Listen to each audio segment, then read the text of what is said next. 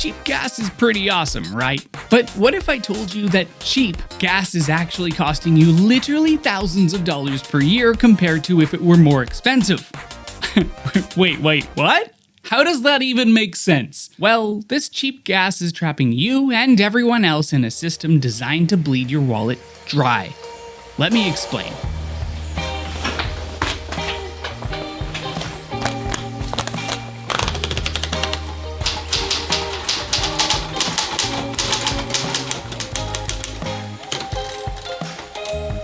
You've experienced that sense of gratefulness and seen headlines cheering about gas prices dropping here and there over the years. And of course, when gas prices spike, everyone starts freaking out and it becomes all the rage at the water cooler.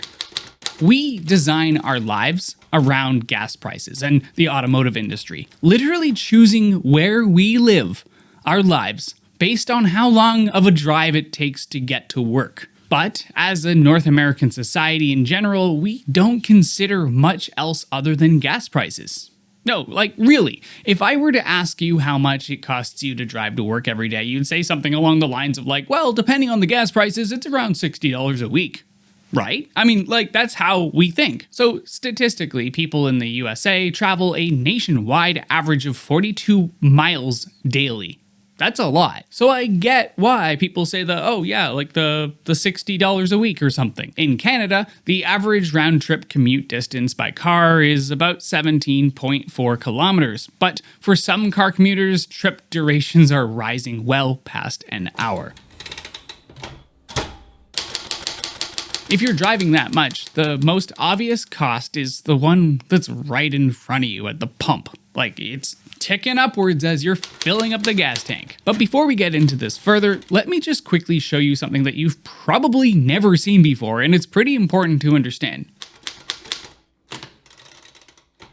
Here's the historical difference in gas prices between the US of A and Canada, visualized in one chart. See, everyone around the world always complains about the price of gas and how it's so expensive. But especially when Americans are saying this, they're just talking about how gas prices in their own area are perceived to be drastically higher than when they were lower last week, let's say. Which is fair because most Americans build their entire life around what they can afford and budget their gas prices accordingly based on the present gas prices.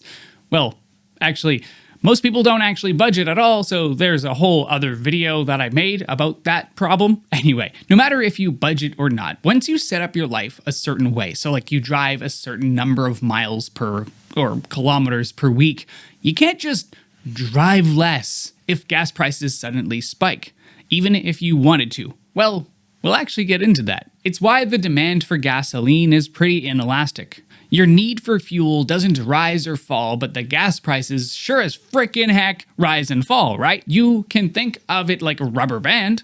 I really need I should go get a rubber band.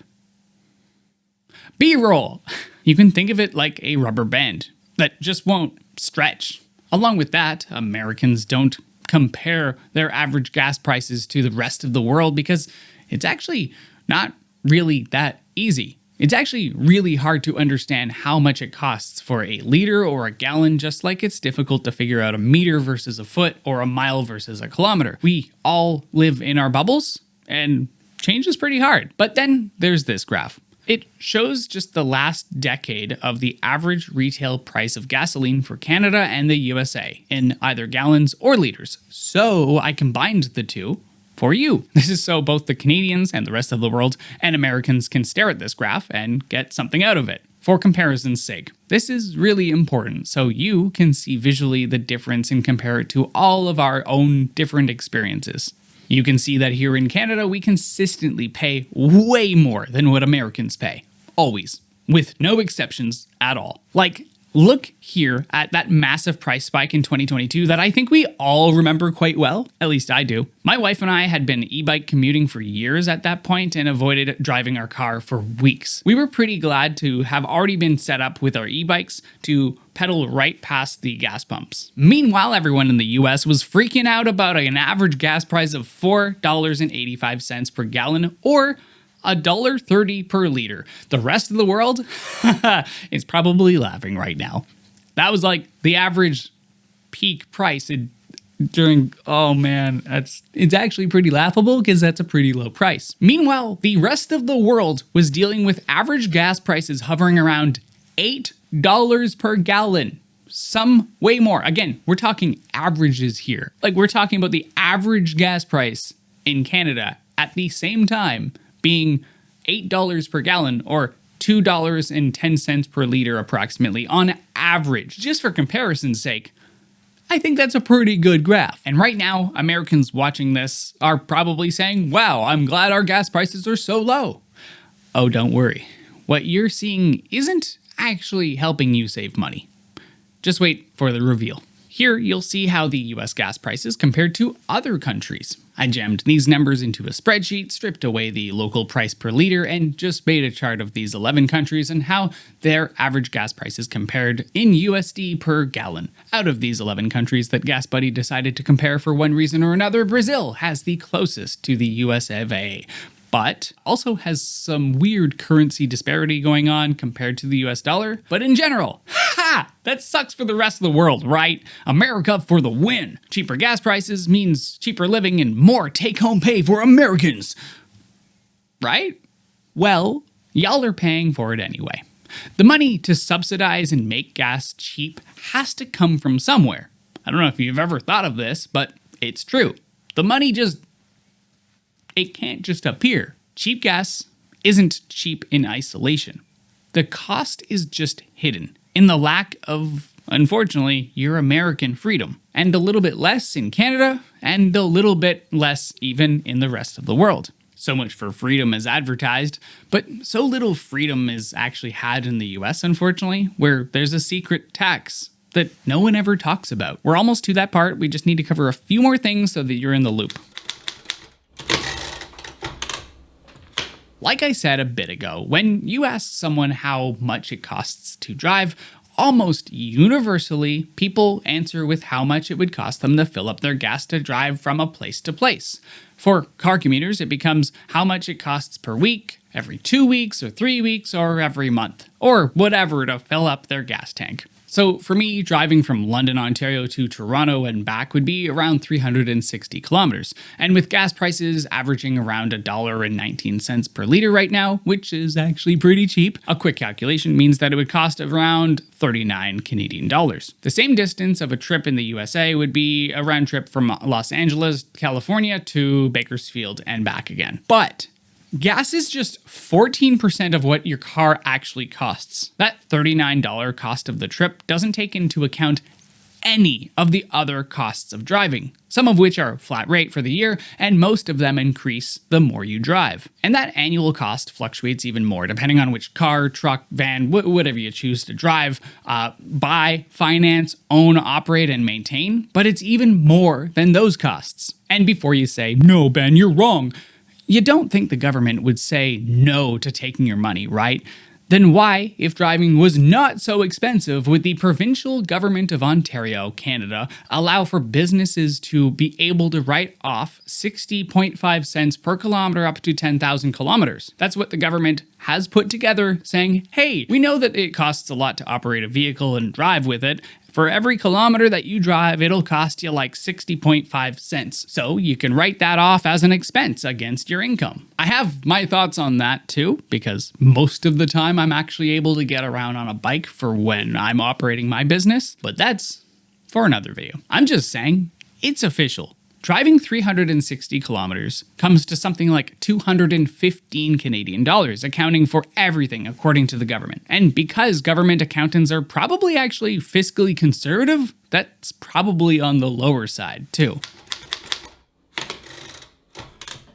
Okay, so we've established that people think the cost of driving is actually just the cost of gas prices, and if gas prices are lower, then it doesn't really matter how efficient the vehicle you buy is. If the gas is cheap, I can afford this truck, right? But wait, if the average sale price of vehicles in the United States is just around $50,000 US right now, And the average financing term is 66 months, or about 5.5 years, and the average income is around $66.6 thousand before tax, and the average distance driven per year in the US is 13,500 miles. Then how aren't Americans choosing to buy smaller, less expensive, more fuel-efficient models of cars when most of them don't need a big-ass truck? Oh right, financing, marketing, and bait and switch, really. Put another way, the lure of cheap gas causes you to buy a more expensive vehicle than you normally would have. But you can justify that because you can afford that vehicle because of the monthly low payments that are kept relatively low,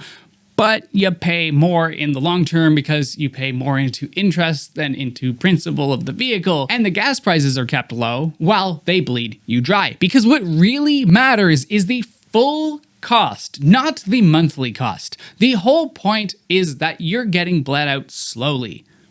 Sometimes fast, but most of the time slowly, through lifestyle creep. Also, on the topic of big trucks and F-150s and stuff, have you ever heard someone brag about their truck's great mileage because they fill up less? Yeah, that is not how that works, bud. The problem here is that a lot of people choose to drive bigger vehicles which have larger gas tanks, like America's #1 selling vehicle, the Ford F-150. They drive them because the gas prices are low, so they can just cosplay hardworking, blue-collar, rural folks. And it's so weird to me, and I hear this so often, but people say that bigger vehicles are more efficient because they have larger fuel tanks, so they don't have to fill up as often. But when you do, they get sticker shock at the gas pump, but at least they can drive forever, right? I mean, like, that's... Oh my goodness, that's not how that works, people. It's about, oh my gosh, it's about miles per gallon, or like the liters per 100 kilometers, or whatever scale you want, but lower fuel consumption is lower fuel consumption. It doesn't matter if you strap like a 400-liter tank to a truck, it's still gonna get trash mileage compared to a smaller compact car. That's just physics. Not only that, but you wear out your brakes faster, you wear out your components faster, you wear out the road faster. I could go on, but like heavier vehicles are bad. Also, they're, okay. I can move on to the next point. Some people are burning through a tank of gas per week and are putting over $600 a month into just gas, which we have covered this already. It is only 14% of the cost of vehicle ownership. It doesn't matter how big your gas tank is, guys. A lot of people are willing to pay $100 or $200 per week, but ignore their 15 mile per gallon gas mileage versus a smaller car's 35 miles per gallon. I'm not even saying go get a Prius. I'm just saying get a smaller car. Okay.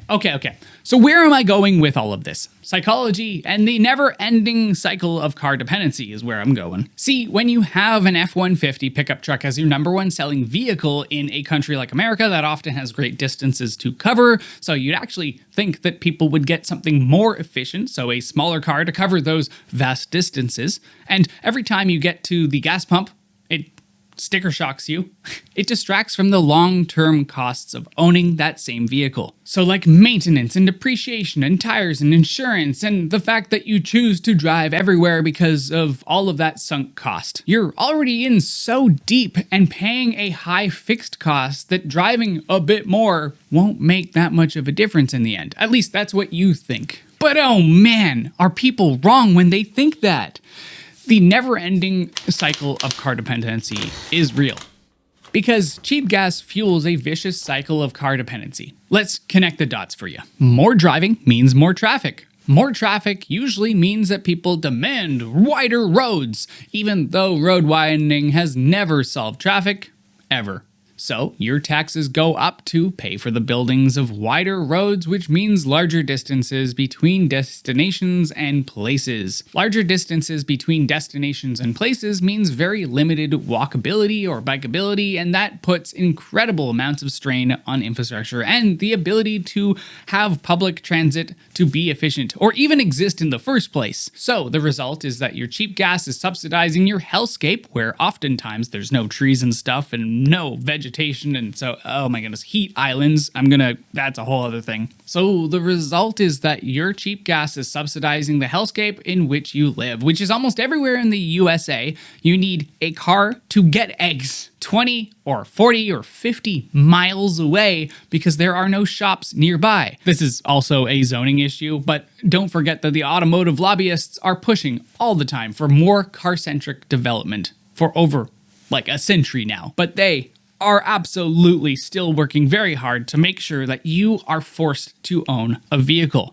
And love it. You just love paying those automotive companies, don't you? The consequences of this go far beyond what I'm covering today, but the costs to society and your take-home pay are massive. And that's the tax that I was talking about earlier. It's the tax of the lack of freedom. It is kind of weird, though, in a country where they pride themselves saying, oh, I pay less tax so I can decide what I do with my money, and the government doesn't do that.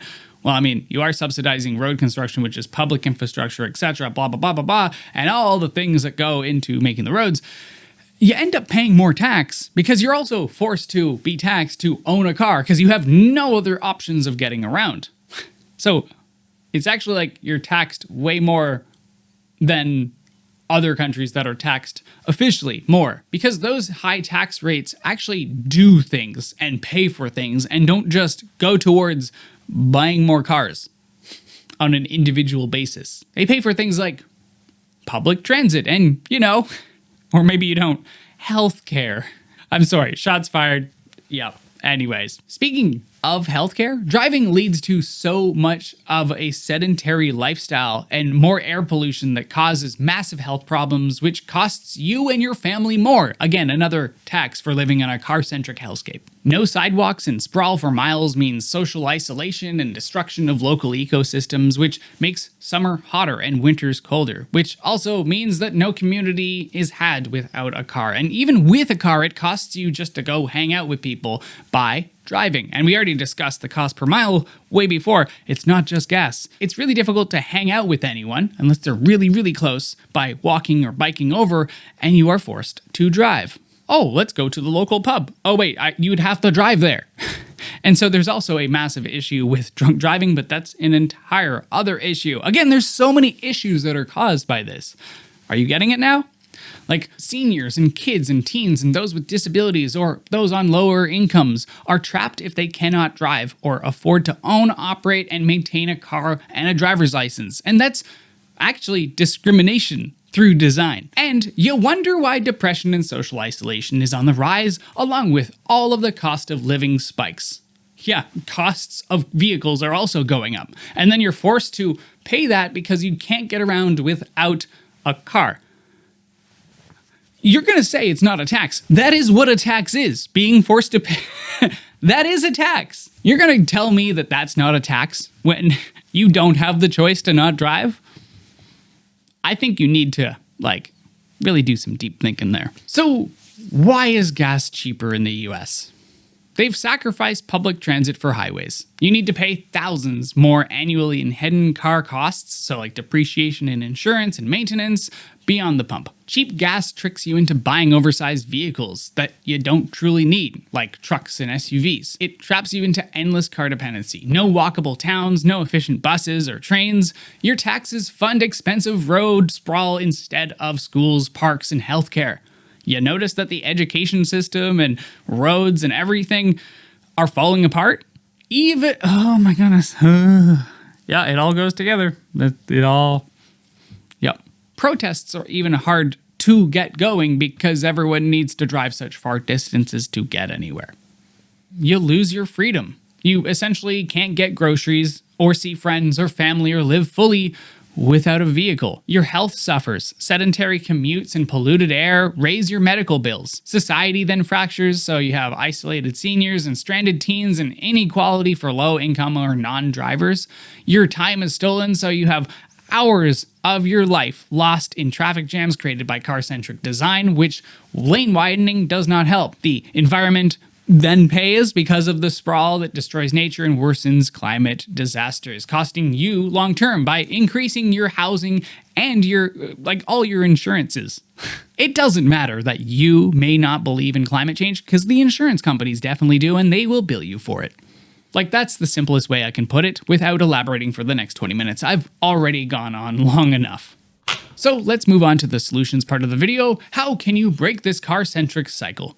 Well, just knowing about it is a first great step, honestly. Checking out videos from the channels Not Just Bikes and Strong Towns and City Beautiful, and a little bit of my channel as well, might send you in the right direction and open up your eyes to things that have been in plain sight for your whole life, but you just didn't quite see clearly.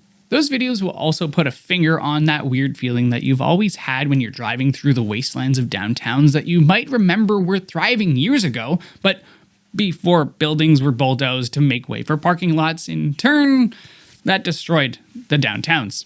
But what can you do after you've done all of that passive learning? Depending on where you live, you can start doing trips outside of your car. Just figuring that out is a whole step on its own because it's drastically different from place to place, from city to city, and from country to country. You can also learn about micromobility, like bikes and scooters for short trips. Like, not just recreation, I mean to do things like grocery shopping. And look into electric bicycles and electric kick scooters. And the EUCs, electric unicycles, they're pretty cool. I prefer electric bicycles, cargo bikes. Oh my goodness, they're so cool. But anyways, if you need to deal with the headwinds and the great distances between your destinations because of the sprawling design of your cities, then adding electric really, really helps out. And it's pennies per month for propulsion. Honestly, even if you get a scooter to throw in the trunk, or the electric unicycle to throw in the trunk of your car so that you don't pay for parking downtown and instead just scoot the last few miles to work, would be a win for you and everyone else. By the way, that's called the last mile problem. So you can park outside of the core, and a lot of other people could do this too, and then you commute the last few miles into the core via micromobility. So yeah, electric kick scooter, or a foldable bicycle, or a foldable e-bike, so many different options. Or transit, it can save you a lot of time and money too, because parking costs in downtown. Another thing you can do is learn about 15-minute cities. I know, scary words for some people, but it's not actually that crazy. It's just where grocery stores and schools and jobs, etc., are within walking or biking distance. That's all it is. If that's not the case for where you live, as in you are forced to drive, then consider over the next few years moving somewhere where you don't have to drive as much. I'm not even saying move now. I'm saying just maybe within the next decade or so, or the next few years, consider just moving closer to work or to family and friends. Not everything needs to happen immediately. Now, a lot of people won't be able to make that move happen. So what can you do locally? Well, get involved locally. And if you want to get involved locally, you can affect policy changes that get your local governments to reduce or fully abolish parking mandates, gas tax fairly, invest in transit and safe, protected, active transportation infrastructure. Not only that, you can make your streets safer, the ones that you live on, and the ones that if you were to go out for a walk, you wouldn't have to worry for your life because the designs of the roads could be changed pretty quickly and easily and relatively inexpensively so that your life and those who you love and care for don't get ended prematurely because of bad road design. That's all I just want neighborhoods to be livable. Gosh freaking darn it. And worst case, a small thing you can do right now is make small choices, like replacing a car ride with a bicycle ride to get to a destination like a grocery store or work once or twice a week. Or even once a month, honestly, just get started.